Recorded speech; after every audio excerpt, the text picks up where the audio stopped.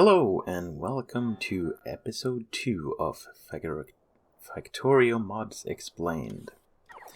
This time we're taking a look at Factorissimo, which was just updated to 0.1.5, which includes a new building that we're gonna take a look at. First off, what is Factorissimo? Factorissimo gives you the ability to research, let's see here, architecture. There we have it, architecture. It takes red and green science, 50 each, 20 seconds each cycle.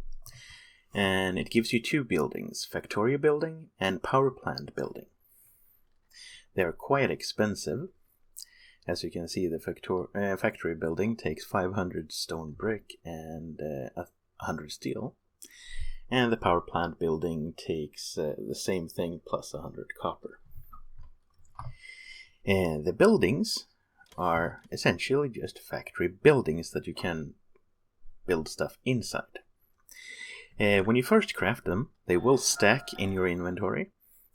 However, after they have been placed, they will not stack anymore. And there's a good reason for that. So these haven't been placed yet.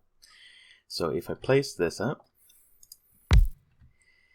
and then I can walk inside. And we have a new area inside where we can build stuff. And if you see these nudges here, these are the input-outputs. So you can use them as both input or output for a belt or a pipe currently.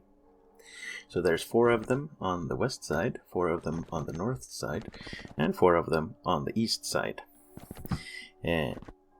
You can't actually place anything on this yellow-black stripy thing. Here is where the belt or pipe will be once it comes from the outside. So you start building here, for example. You can't place this belt from the inside, at least not currently. So what you do is, if you see here on the sides, so it's the 4 middle on the east, west, and north side. So for the bottom one on the west side, I would place that belt there. And then it will show up here. So I can get stuff in. And same thing, if I want stuff out, I simply place it in the out direction. Now there's a common misconception that the west side would be input and the east side is output, but it simply has to do with the rotation of the belts. So as you can see there, I've placed one belt going out and one belt going in on the east side. And as you can see here, they are going out and in. And same is true for the north side, of course, and west side. Inside the building you have an accumulator and a power distributor. The accumulator can hold, let's see here, if I remember right, it was... let's see, where was it? I could see that it was...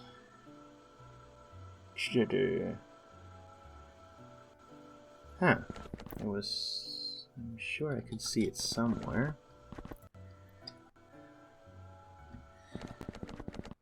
Up here, maybe? No?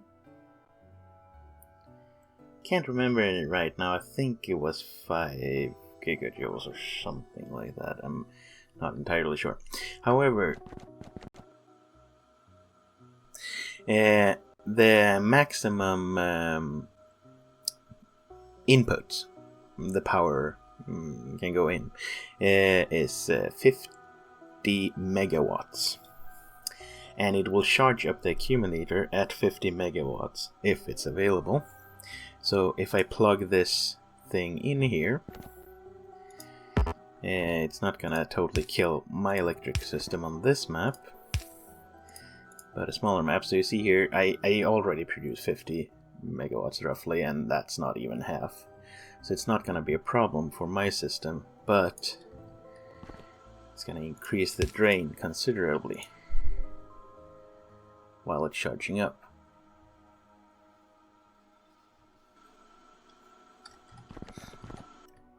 That one is fully charged. And now this whole place has power, so you don't have to place any power pole inside. I can place any inserters.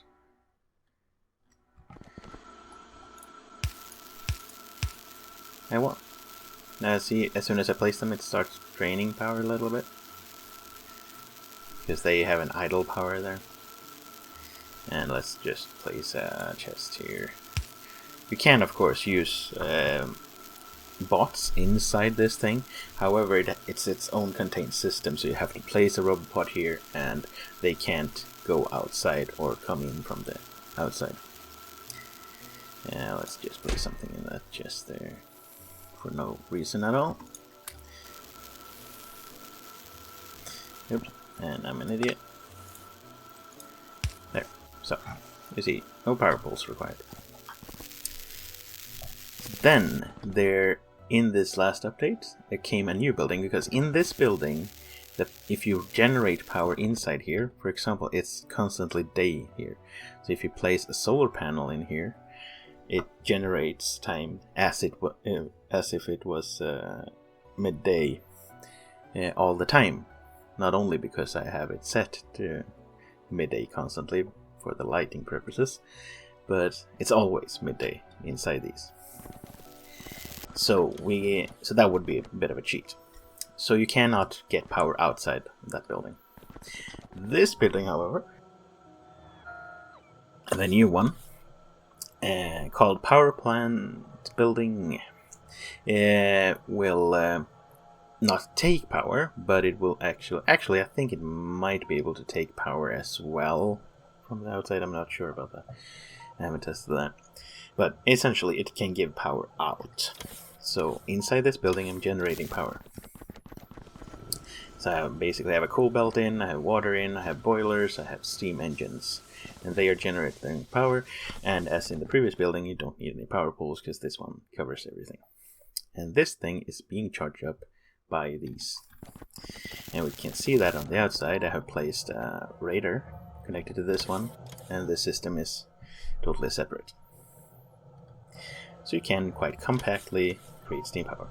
However, the pollution is still there. It's still gonna leak out all the pollution from this building. And you see, actually, it actually looks a bit different. It looks like a steam engine. Actually, didn't notice that until now. Well,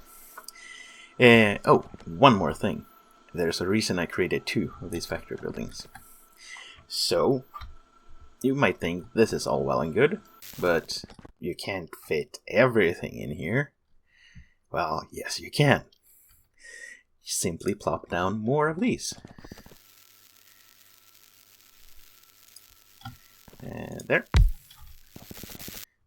Oops. Oh.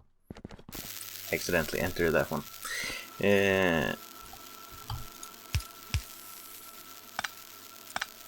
and let's place some more stuff in this. So, now you can create everything here. This is actually something you might have seen in my Factorio Let's Play, where I basically did all the science research in a building like this. So, all the research labs out here, and 4 of these, 1 for each science. So you can nest them how deep you want. If there's a limit, I don't know. My only guess is that the RAM sets your limit. So, that is Factorissimo. Thank you for watching.